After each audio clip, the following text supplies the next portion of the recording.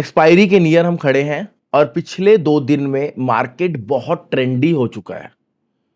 उस दिन आप ट्राई कीजिए, या तो नेक्स्ट एक्सपायरी ट्रेड कर लीजिए या इन द मनी में शिफ्ट हो जाइए। मेरे कहने का तात्पर्य क्या है, आप समझ गए होंगे। एक ट्रेंडी मार्केट के बाद एक साइडवेज मार्केट आता है और कुछ साइडवेज मार्केट के बाद एक ट्रेंडी मार्केट आता है। तो अगर तो एक्सपायरी से 1 दिन 2 दिन 3 दिन पहले मार्केट साइडवेज था, देन सोने पे सुहागा है। ओटीएम वाला कॉन्सेप्ट 50 पॉइंट ओटीएम निफ्टी में, 100 to 200 point OTM in bank Nifty आपका बहुत अच्छा काम करने वाला है। बहुत अच्छा, आप मतलब लिटरली अच्छा पैसा बनाने वाले हो।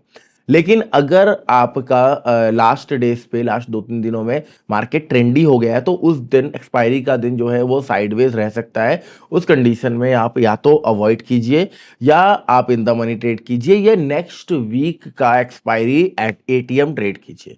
राइट। अब देखिए, मैं आपको यहाँ पे डीप इन द मनी या फिर और चीजें क्यों नहीं डिस्कस कर रहा हूं, वो भी हम करेंगे, वो भी कर सकते हैं। लेकिन अभी आप क्या है, एक लर्निंग फेजेस पे हो।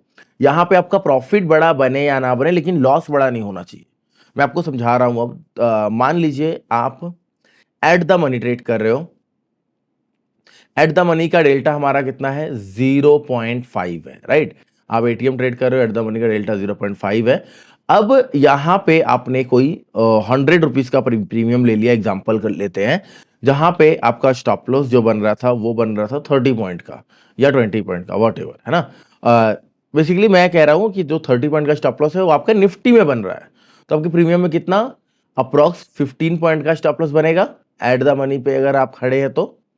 अगर इन द मनी में चले जाएंगे, डेल्टा 0.7 हो गया, तो 30 का 70% कितना होता है, 17 के 21, यानी कि आपका 21 रुपीज का एसएल बनेगा। अगर आप डीप आईटीएम में चले गए, डेल्टा 80-90 हो गया, तो आपका अप्रोक्स 30 पॉइंट का एसएल बन जाएगा। राइट। 30 पॉइंट या फिर आप कह सकते हो 30 पॉइंट कह सकते हो, 30 पॉइंट का एसएल बन जाएगा अप्रोक्स। तो अगर यहां पे हम देखें तीनों सिनेरियोज में, प्रॉफिट चाहे कम बने लेकिन सबसे कम लॉस किस में होगा, इसमें। अब आप बोलोगे सर यहां पे तो पूरा का पूरा टाइम वैल्यू है, अगर डीके होने लग गया फिर अपना यहां पे, इसीलिए मैंने कहा कि नियर द एक्सपायरी हम क्या करेंगे, ओटीएम में शिफ्ट हो जाएंगे। और एक्सपायरी से पहले उतना ज्यादा डीके नहीं रहेगा, लेकिन हाँ डीके तो ऑलमोस्ट रहने ही वाला है हर दिन पे।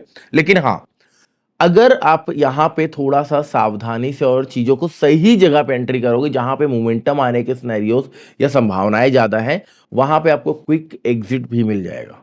क्विक एग्जिट भी मिल जाएगा। और कहीं मान लीजिए आपका एक अच्छा खासा पॉइंट चल पड़ा, मान लीजिए अभी 23,000 का निफ्टी ट्रेड कर रहा है, आपने सोचा यहां से ऊपर जाएगा, आपने 23,000 का ही कॉल बाय कर लिया 100 रुपीज पे।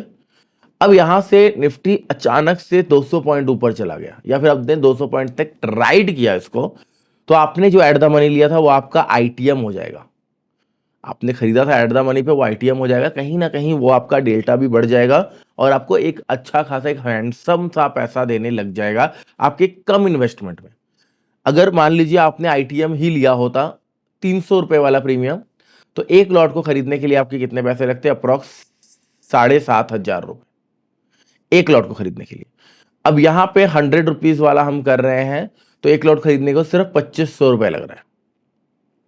जहां पे हमें जहां पे हमें 2500 रुपए यहां पे लगेगा, जहां पे हमें एक लॉट पे 7500 रुपए लग रहा था, 7,500 रुपए, वहां पे यहां पे हम 3 लॉट ले सकते हैं 7500 में। 7500 पे हम 3 लॉट्स ले सकते हैं। अब आप सोचो, तो जब ये तीनों लॉट एक साथ आईटीएम होगा, तो आपका पैसा बड़ा इसमें बनेगा या इसमें बनेगा, आप कहोगे यार एटीएम में ज्यादा पैसा बनेगा। तो कुछ सोच समझ के, कुछ डिसीजन लेकर या फिर ट्राई करके मैं आपको सजेस्ट कर रहा हूं कि आप एट द मनी पे ट्रेड करो, क्योंकि आपको अभी पैसा कमाने से ज्यादा जरूरी पैसे बचाना है। अब सर आप ओटीएम क्यों बोल रहे हो, ओटीएम वाला कॉन्सेप्ट नहीं समझ में आया। देखिए, आप जो ट्रेड ले रहे हो उसकी प्रोबेबिलिटी नो डाउट हाई है आपके पास, लेकिन चांसेस आर वेरी हाई कि यहां पे आपको एसएल भी लग सकते हैं।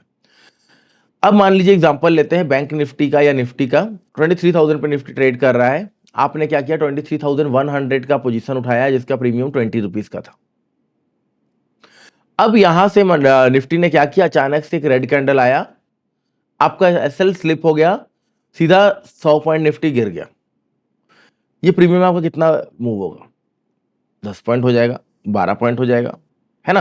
तो ओटीएम अगर हम ले रहे हैं तो यहां पे हमारे लॉसेस जो है वो बहुत कम हो जाएंगे, मिनिमाइज हो जाएंगे। लेकिन एक्सपायरी का दिन है, अगर ब्रेकआउट सक्सेसफुल हुआ या हमारे हमारे साइड में मार्केट ने मूव किया तो गामा ब्लास्ट एकदम से आपका ओटीएम जब आईटीएम में आएगा 20 वाला जो 100 हो जाएगा, तो आपका पैसा जो इन्वेस्टमेंट अमाउंट था वो 5x हो जाएगा।